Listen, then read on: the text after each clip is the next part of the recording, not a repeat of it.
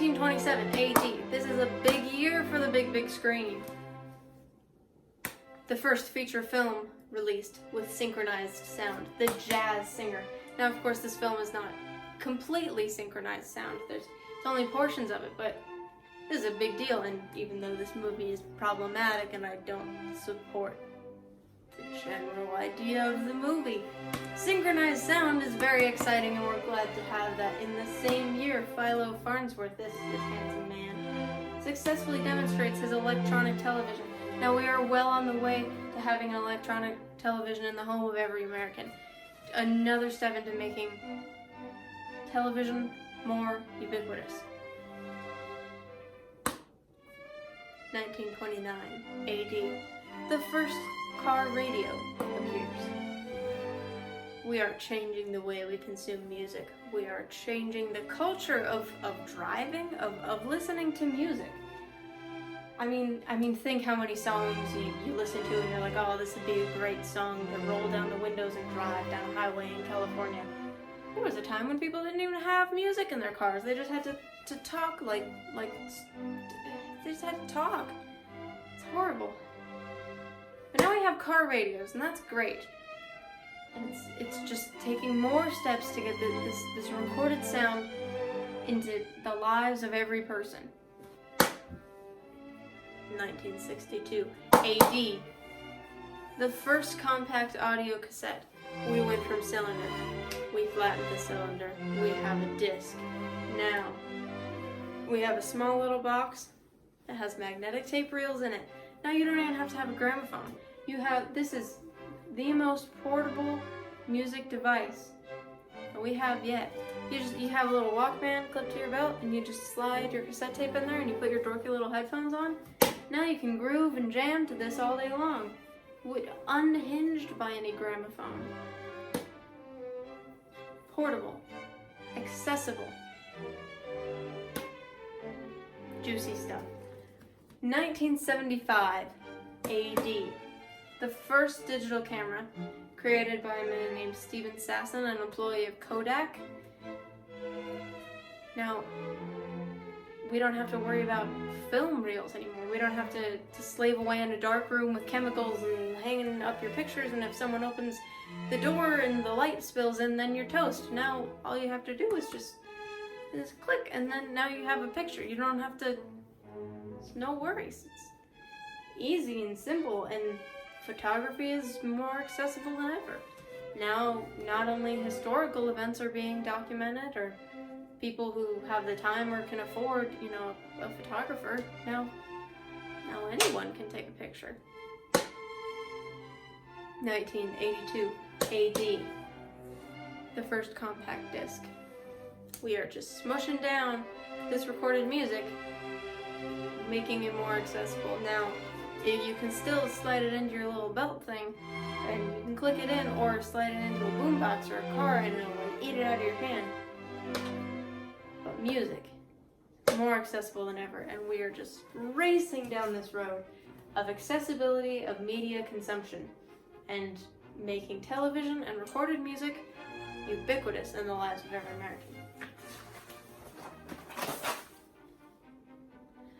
Now, during this time that recorded music is becoming easier and more accessible and simpler to produce, it's also easier to just record music in general, which means that we have, one-hit wonders for the first time. We have people who may not actually be that good who are now able to record music because, well, it's just so easy to record music. So why not record this person? So you'll have one good song and then you're done because you suck. So we have this new cultural phenomenon, this new style of music that's still going on today. You have one-hit wonders, and you have, the level of talent required to make it big in the music industry has gone down, quite frankly. You don't have to be Glenn Miller or Frank Sinatra. You can just write something in your bedroom and get on the top 20. Recording music, it's just that simple. And the ease of recording doesn't always have to do with talent, because we also have very talented individuals who are now able to record just themselves. Juicy stuff, juicy stuff. 1997 AD, the first MP3 player debuts. Now, we went from cylinder, disc, cassette tape, CD, smaller disc. So now, there's nothing even physical about your music anymore. It's just all in this cloud, and it's just on your little rectangle.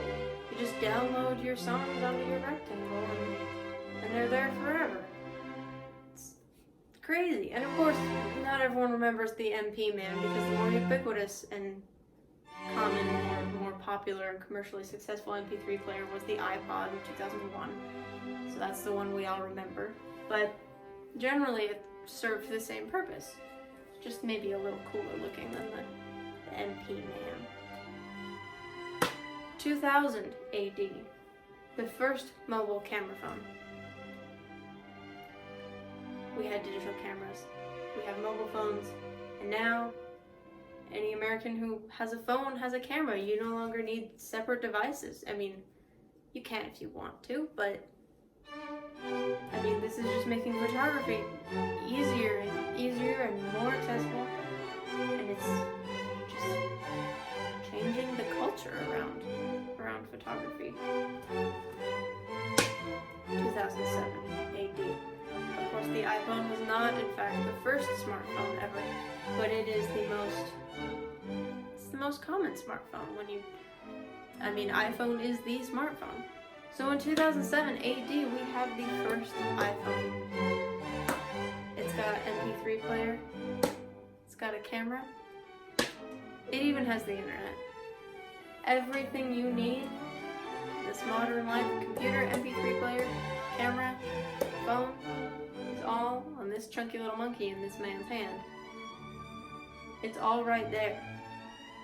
This is the most accessible that music and television and internet and everything has ever been.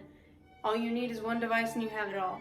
And around this time also we have streaming services coming into play, music streaming services. So you no longer have to buy individual albums or wait for them to come on the radio. You can, for a small monthly fee, you can have access to every song ever, or close to it at least.